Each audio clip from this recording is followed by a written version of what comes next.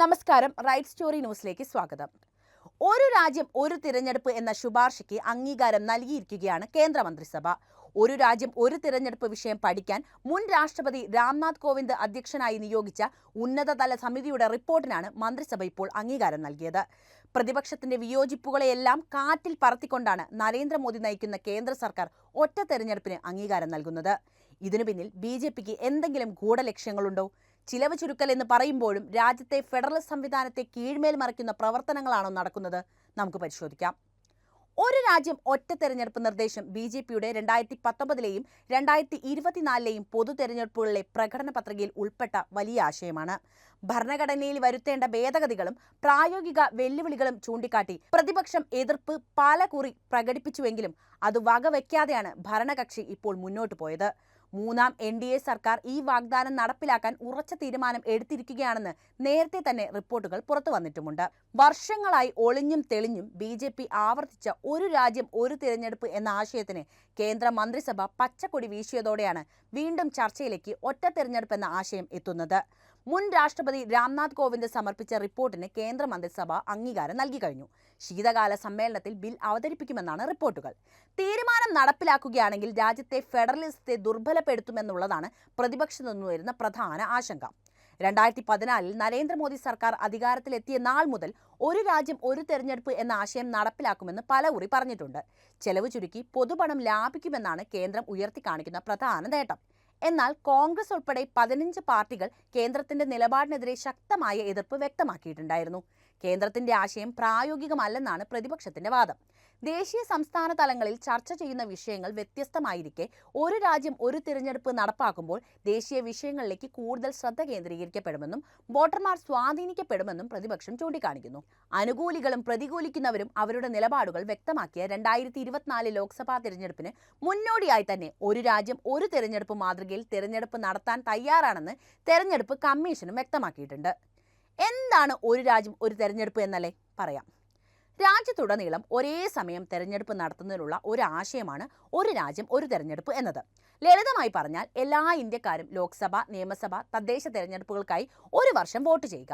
ഒരുപക്ഷെ ഒരേ സമയത്തായിരിക്കില്ല നടക്കുക, എന്നാൽ അതേ വർഷം തന്നെ ഒരുമിച്ച് തന്നെ ഇത് നടക്കും. നിലവിൽ ഏതാനും സംസ്ഥാനങ്ങൾ മാത്രമേ കേന്ദ്ര സർക്കാരിനെ തിരഞ്ഞെടുക്കുന്നതിനോടൊപ്പം പുതിയ സർക്കാരിനെ തിരഞ്ഞെടുക്കുന്നുള്ളൂ. ആന്ധ്രാപ്രദേശ്, സിക്കിം, ഒഡീഷ എന്നീ സംസ്ഥാനങ്ങൾ ലോക്സഭാ തെരഞ്ഞെടുപ്പ് നടന്ന ഏപ്രിൽ-ജൂണിലാണ് വോട്ട് ചെയ്തത്. പുതിയ സർക്കാരുകളെ ഇവർ തിരഞ്ഞെടുത്തതും ഈ കാലഘട്ടത്തിലാണ്. ഹരിയാനയിൽ അടുത്ത മാസമാണ് തെരഞ്ഞെടുപ്പ് നടക്കുന്നത്. ജാർഖണ്ഡിലും മഹാരാഷ്ട്രയിലും ഈ വർഷം തെരഞ്ഞെടുപ്പ് നടക്കുന്നുമുണ്ട്. ജമ്മു കശ്മീർ ഒരു പതിറ്റാണ്ടിനിടെ ആദ്യമായി നടക്കുന്ന തെരഞ്ഞെടുപ്പിന്റെ ഘട്ടത്തിലാണ് ഇപ്പോഴുള്ളത്. ഈ സംസ്ഥാനങ്ങളെ മാറ്റി നിർത്തിയാൽ വ്യത്യസ്ത സമയത്താണ് സംസ്ഥാന നിയമസഭാ തെരഞ്ഞെടുപ്പുകളൊക്കെ നടക്കുന്നത്. കേരളത്തിലെ കാര്യങ്ങൾ വരെ നമുക്കറിയാമല്ലോ. ഉദാഹരണത്തിന് കർണാടക, മധ്യപ്രദേശ്, രാജസ്ഥാൻ, തെലങ്കാന സംസ്ഥാനങ്ങളിൽ കഴിഞ്ഞ വർഷം വ്യത്യസ്ത സമയത്താണ് വോട്ടെടുപ്പ് നടന്നത്. കേരളത്തിലേക്ക് വരികയാണെങ്കിൽ 2026-ലാണ് അടുത്ത നിയമസഭാ തെരഞ്ഞെടുപ്പ് നടക്കാനിരിക്കുന്നത്. ഒരു രാജ്യം ഒറ്റ തെരഞ്ഞെടുപ്പിന് വേണ്ടി സംസ്ഥാന സർക്കാരുകളുടെ കാലാവധി വെട്ടിച്ചുരുക്കുന്നതിനെതിരെയാണ് ഇവിടെ പ്രതിപക്ഷം എതിർക്കുന്നത്. മേൽപ്പറഞ്ഞ 4 സംസ്ഥാനങ്ങളിൽ മധ്യപ്രദേശും രാജസ്ഥാനും ഭരിക്കുന്നത് BJPയാണ്. മറ്റ് സംസ്ഥാനങ്ങളായ കർണാടകയും തെലങ്കാനയും ഭരിക്കുന്നതാവട്ടെ കോൺഗ്രസും. ഇരു സംസ്ഥാനത്തും കഴിഞ്ഞ വർഷമാണ് തെരഞ്ഞെടുപ്പ് നടന്നത്. ഇനി 2028-ലാണ് ഈ സംസ്ഥാനങ്ങളിൽ തെരഞ്ഞെടുപ്പ് നടക്കേണ്ടത്. വർഷങ്ങളായി ഈ വിഷയത്തിൽ ചർച്ചകളും വാദപ്രതിവാദങ്ങളും നടക്കുന്നുണ്ട്. 2014-ൽ BJP സർക്കാർ അധികാരത്തിലേറിയത് മുതൽ ഈ നയം നടപ്പിലാക്കാനുള്ള ചർച്ചകൾ സജീവമാണ്. മുൻ രാഷ്ട്രപതി രാംനാഥ് കോവിന്ദ് അധ്യക്ഷനായ സമിതിയെ ഇതേക്കുറിച്ച് പഠിക്കാൻ നിയമിക്കുകയും എന്തൊക്കെ നിയമ ഭേദഗതികളാണ് ഇതിന് വേണ്ടി വരിക എന്ന് നിർദ്ദേശിക്കാൻ ആവശ്യപ്പെടുകയും ചെയ്തിട്ടുമുണ്ട്. സമിതി മാർച്ചിൽ തന്നെ റിപ്പോർട്ട് സമർപ്പിക്കുകയും ചെയ്തു. ഈ റിപ്പോർട്ടിലാണ് ഇപ്പോൾ കേന്ദ്ര മന്ത്രിസഭ അംഗീകാരം നൽകിയിരിക്കുന്നത്. ഒറ്റ തെരഞ്ഞെടുപ്പ് ആർക്കാണ് ഗുണം ചെയ്യുക? അതിന് നേട്ടങ്ങൾ എന്തൊക്കെയാണ് പറയാം.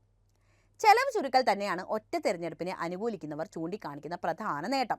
ഒരേ സമയം തെരഞ്ഞെടുപ്പ് നടത്തുന്നത് വഴി ചെലവ് കുറച്ച് പൊതുപണം ലാഭിക്കാൻ കഴിയുമെന്നത് ഈ ആശയത്തിന് ജനപ്രീതി നൽകുന്നുണ്ട്. രണ്ടാമതായി ഭരണകാര്യങ്ങളിൽ കൂടുതൽ ശ്രദ്ധ നൽകാമെന്നതാണ്. രാജ്യത്തെ വികസന പ്രവർത്തനങ്ങളിൽ കാര്യമായ ശ്രദ്ധ കേന്ദ്രീകരിക്കാൻ സമയവും സാമ്പത്തികവും നൽകാൻ ഇതുവഴി സാധിക്കുമെന്നാണ് വിലയിരുത്തൽ. അതായത് തെരഞ്ഞെടുപ്പ് എന്നത് വലിയൊരു ജോലിയാണല്ലോ. ഉദ്യോഗസ്ഥർ തെരഞ്ഞെടുപ്പ് ചുമതലകളിൽ ഏർപ്പെടുമ്പോൾ ഭരണപരമായ ചുമതലകളെ ബാധിക്കാൻ ഇടയുണ്ട്. അതിനാൽ ഭരണപരമായ സജ്ജീകരണങ്ങൾ, സുരക്ഷാ സേനകളുടെ അമിത ജോലി എന്നിവ ലഘൂകരിക്കാമെന്നും സർക്കാർ നയങ്ങൾ മെച്ചപ്പെട്ട രീതിയിൽ നടപ്പിലാക്കാനും ഒറ്റ തെരഞ്ഞെടുപ്പ് സഹായിക്കും. ഒരേ സമയം തെരഞ്ഞെടുപ്പ് നടത്തുന്നത് വഴി വോട്ടിംഗ് ശതമാനം കൂട്ടാമെന്ന നേട്ടവും ചൂണ്ടിക്കാണിക്കുന്നുണ്ട്. ഒറ്റ തവണ വോട്ട് ചെയ്താൽ മതി എന്നത് വോട്ടർമാർക്ക് സൗകര്യമുണ്ടാകുന്നത് ഇതിലൂടെയാണ്. ഒറ്റ തെരഞ്ഞെടുപ്പ് എന്ന ആശയത്തെ പിന്താങ്ങുന്നവർക്ക് ഇതാണ് പറയാനുള്ളത്. BJPയുടെ തന്ത്രമാണിതെന്നാണ് ഇതിനെ എതിർക്കുന്നവരുടെ പ്രധാനപ്പെട്ട വാദം. അതെന്തൊക്കെയാണെന്ന് പറയാം. ഒറ്റ തെരഞ്ഞെടുപ്പ് രാഷ്ട്രീയ പ്രേരിതമെന്നാണ് ഇതിനെ എതിർക്കുന്നവരുടെ പ്രധാന വാദം. പഞ്ചായത്ത്, സംസ്ഥാനം, ദേശീയം തുടങ്ങിയ വിവിധ തലങ്ങളിൽ വ്യത്യസ്ത വിഷയങ്ങളാണ് സാധാരണ തെരഞ്ഞെടുപ്പിൽ ചർച്ചയാകാറുള്ളത്. ഒറ്റ തെരഞ്ഞെടുപ്പ് വരുമ്പോൾ ദേശീയ വിഷയം വോട്ടർമാരെ കൂടുതൽ സ്വാധീനിച്ചേക്കാമെന്നും സംസ്ഥാന പ്രാദേശിക ഭരണം നിശ്ചയിക്കുന്ന വിധിയെഴുത്തുകളെ അത് സ്വാധീനിക്കുമെന്നും ആശങ്ക നിലനിൽക്കുന്നുണ്ട്.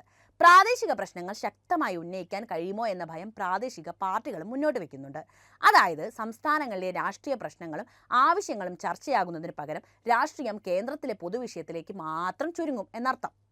മുൻ രാഷ്ട്രപതി രാംനാഥ് കോവിന്ദ് അധ്യക്ഷനായ സമിതി റിപ്പോർട്ടിനെ കുറിച്ചുകൂടി പറയേണ്ടതുണ്ട്.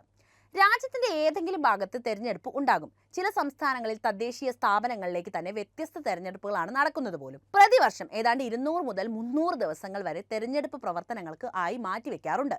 ഇത് സമൂഹത്തിൽ ഇത് പല കാര്യങ്ങൾക്കും തടസ്സം സൃഷ്ടിക്കാറുണ്ടത്രേ. ഒരു രാജ്യം ഒറ്റ തെരഞ്ഞെടുപ്പിലൂടെ ഈ തടസ്സങ്ങൾ മറികടക്കാൻ കഴിയുമെന്ന് രാംനാഥ് കോവിന്ദ് സമിതിയുടെ റിപ്പോർട്ടിൽ വിശദീകരിക്കുന്നുണ്ട്. ഒരു രാജ്യം ഒറ്റ തെരഞ്ഞെടുപ്പ് എന്ന ആശയം നടപ്പിലാക്കാൻ ഭരണഘടനയിലും വിവിധ നിയമങ്ങളിലും കൊണ്ടുവരേണ്ട മാറ്റങ്ങളെ സംബന്ധിച്ചും സമിതി ശുപാർശ തയ്യാറാക്കിയിട്ടുണ്ട്. വോട്ടർ പട്ടികയുടെ ഏകീകരണം ഉൾപ്പെടെയുള്ള വിഷയങ്ങളെ സംബന്ധിച്ചും റിപ്പോർട്ടിൽ വിശദീകരണമുണ്ട്. ഇവ നടപ്പിലാക്കുന്നതിനുള്ള രൂപരേഖയും സമിതിയുടെ റിപ്പോർട്ടിൽ പരാമർശിക്കുന്നുണ്ട്. മുൻ രാഷ്ട്രപതി രാംനാഥ് കോവിന്ദ് അധ്യക്ഷനായ സമിതിയിൽ കേന്ദ്ര ആഭ്യന്തരമന്ത്രി അമിത് ഷാ, ഗുലാം നബി ആസാദ്, ധനകമ്മീഷൻ മുൻ ചെയർമാൻ NK സിംഗ്, ലോക്സഭാ മുൻ secretary general Subhash Kashyap, senior അഭിഭാഷകനായ ഹരീഷ് സാൽവെ, മുൻ മുഖ്യ വിജിലൻസ് കമ്മീഷണർ സഞ്ജയ് കോത്താരി എന്നിവരായിരുന്നു മറ്റംഗങ്ങൾ. ഒരു രാജ്യം ഒറ്റ തെരഞ്ഞെടുപ്പിലേക്ക് എന്ന ആശയത്തിന് ഒരു പടി കൂടി കടന്ന് കേന്ദ്ര സർക്കാർ മുന്നോട്ട് വരികയാണ്. ഒരു രാജ്യം ഒറ്റ തെരഞ്ഞെടുപ്പ് സംവിധാനത്തെക്കുറിച്ച് മുൻ രാഷ്ട്രപതി രാംനാഥ് കോവിന്ദ് സമർപ്പിച്ച പഠന റിപ്പോർട്ടിന് കേന്ദ്ര മന്ത്രിസഭായോഗം അംഗീകാരം നൽകിയതോടെ ഇതിനെക്കുറിച്ചുള്ള ചർച്ചകളും സജീവമായി. ഇതിന്റെ പ്രായോഗിക വശങ്ങളും ചർച്ചയാവുകയാണ് ഇവിടെ. വരാനിരിക്കുന്ന ശൈത്യകാല സമ്മേളനത്തിൽ ഇത് സംബന്ധിച്ച ബില്ല് പാർലമെന്റിൽ അവതരിപ്പിച്ചേക്കാമെന്നാണ് സർക്കാർ വൃത്തങ്ങൾ അറിയിക്കുന്നത്. അങ്ങനെയാണെങ്കിൽ ഇത് പാസ്സാവാനുള്ള സാധ്യതയും കൂടുതലാണ്. മൂന്നാം മോദി സർക്കാരിന് തീരുമാനം നടപ്പാക്കുന്നതിന് ഘടകകക്ഷികളുടെ പിന്തുണ ഇവിടെ ആവശ്യമാണ്. ഈ ആശയത്തെ പൂർണ്ണമായും പിന്തുണയ്ക്കുമെന്ന് ജനതാദൾ യു ദേശീയ വർക്കിംഗ് പ്രസിഡന്റും രാജ്യസഭാ MPയുമായ സഞ്ജയ് സായും ഇതിനോടകം തന്നെ വ്യക്തമാക്കി കഴിഞ്ഞു. അങ്ങനെ വിഷയം സംബന്ധിച്ച് NDAയിലെ വെല്ലുവിളി ഒഴിഞ്ഞതോടെയാണ് മന്ത്രിസഭയുടെ അംഗീകാരം വന്നിരിക്കുന്നത്. ഒരു രാജ്യം ഒറ്റ തെരഞ്ഞെടുപ്പ് നടപ്പാക്കണമെങ്കിൽ കുറഞ്ഞത് 5 ഭരണഘടനാ ഭേദഗതിയെങ്കിലും വേണ്ടിവരുമെന്നാണ് മുതിർന്ന കോൺഗ്രസ് നേതാവ് P. ചിദംബരം ചൂണ്ടിക്കാട്ടിയിട്ടുള്ളത്. ഈ ഭരണഘടനാ ഭേദഗതികൾക്ക് ആവശ്യമായ അംഗബലം ലോക്സഭയിലോ രാജ്യസഭയിലോ നരേന്ദ്രമോദിക്ക് ഇല്ലെന്നും അദ്ദേഹം പറയുകയുണ്ടായി. ഇങ്ങനെയൊക്കെയാണ് സംഭവങ്ങൾ. പക്ഷേ ഇതിനോടൊപ്പം ചേർത്ത് വായിക്കേണ്ട ഒരു കാര്യം കൂടിയുണ്ട്.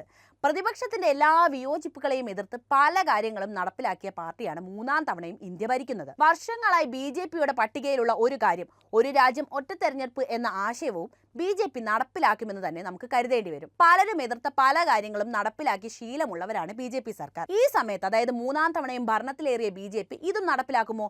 വരും ദിവസങ്ങൾ നിർണായകമാണ്. ഒറ്റ രാജ്യം ഒരു തെരഞ്ഞെടുപ്പ് എന്ന ആശയം പ്രാബല്യത്തിൽ വരുമോ? നിങ്ങളുടെ അഭിപ്രായം എന്തായാലും കമന്റ് ചെയ്യണം. അപ്പോൾ നന്ദി.